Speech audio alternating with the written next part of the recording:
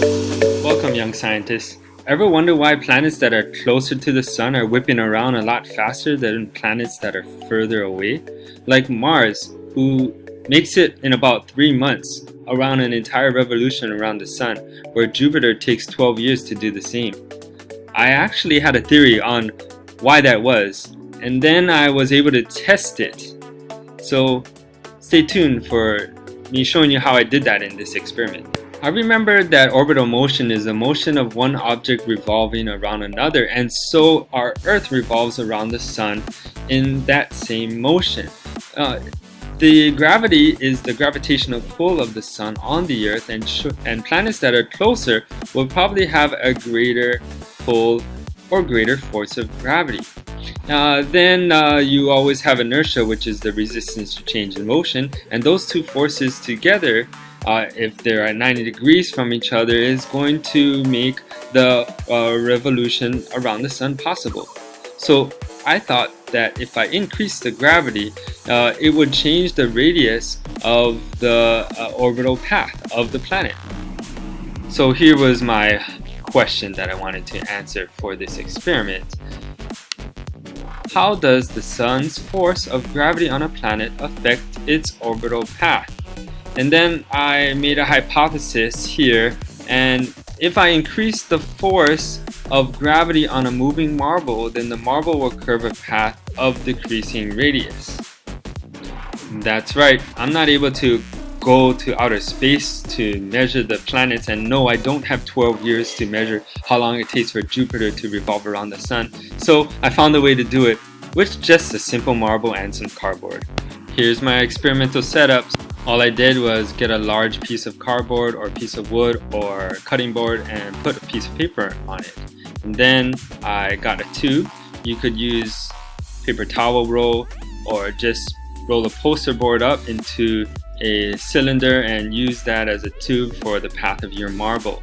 And then all I did was allow that marble to have a consistent inertia by rolling it down a ramp of a consistent angle. Now I had to fool around with this angle in order to make it the perfect angle. So of course I did a few tests and found the right angle to move the marble at a certain speed. I wanted to make sure that my marble could be going so that it makes a nice path on the piece of paper, and I can see that path on the piece of paper. So before I even did any experimenting or measurements, I looked at the trajectory of the marble that's coming down the tube. I had to make sure that my tube is straight. If my tube is crooked, it's gonna go off to the side. But if I have it straight, then it's gonna be able to go in a straight line. And how did I actually let the marble draw a straight line? Well, boom, here's the secret. You just put the marble in a container cover and put some food coloring there. You can have different colors of food coloring and even mix the colors to make different colors of food coloring so that you can draw the path of the marble as it goes down. Alright, so with this experimental setup, this is showing the marble having inertia. But remember that we want to have inertia and gravity on the marble. How are we going to test different amounts of gravity when we're on Earth with a consistent gravity? I was thinking about that problem too, but this is what I decided. Boom. I thought about what I learned in high school physics, and don't worry, I won't get into details, but I know that the force of gravity can be reduced if we put something on an inclined plane. So maybe if I tilt the plane that the marble is running down, I don't have to have the entire force of gravity on the marble. I can let the marble go down slowly by decreasing the angle of the plane, or more quickly by increasing it. So this force, the force of gravity, gets stronger as I increase the angle, this angle here, that I roll the marble down. Okay. And later I'll show you how I use this formula. The force equals the mass of the marble times gravity times sine theta to get the actual force of gravity when it is on this ramp. Now this is not the ramp I'm talking about, because this ramp applies inertia. I need to angle this cardboard piece or cake pan or baking pan, whatever you decided to put your paper on. But this piece is the piece that's going to have another angle, and that is the angle that will increase or decrease my force of gravity on the marble. I had to use a protractor. You can print one out and cut it out and put it on some cardboard in order to determine your angle. But this is what I did. Okay, boom. Now look at the cake pan or the piece of cardboard and see that I put a pillar here. This is an eraser, and I would measure the angle of how much I'm going to tilt it. So when the marble comes down here with its inertia, gravity will push the marble down this ramp this way. Not the entire force of gravity, but just a little bit of gravity because I put these pillars here. And I can always increase that gravity by increasing the height of this pillar and increasing my angle that it is on the ground so that the marble feels more and more gravity towards this direction. So here are my results at 3 different forces of gravity, or 3 different angles of my cake pan or my card. As you can see, I used 3 different colors and I did 3 trials of each color, totaling 9 trials. This is what happened. The marble came down its cylindrical tube, giving it a certain inertia. 90 degrees from that inertia is the force of gravity, which is this direction. The gravity pulled the marble instead of going at a certain straight path, but pulled it down to make a curve.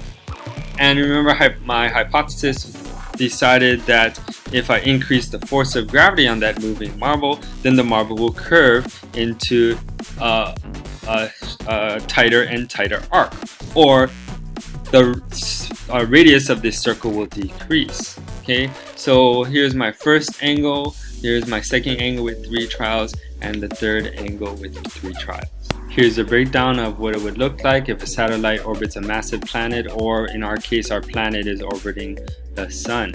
Here is our cardboard piece or our cake pan with the marble that was on it, and we are just taking a segment of the orbit. Okay, gravity is pulled downwards because we angled our pan downwards, and we're replicating how gravity would act on the sun, or how the sun would use gravity to pull the planet this way. And then this is the force of gravity, and then our inertia is 90 degrees from that, so our inertia goes out this way, and the inertia plus gravity will pull us into an arc. And if I were to draw this arc outside of the piece of paper, then it would theoretically try to come in a circle, creating our entire orbit, demonstrating the planet's orbit around the sun.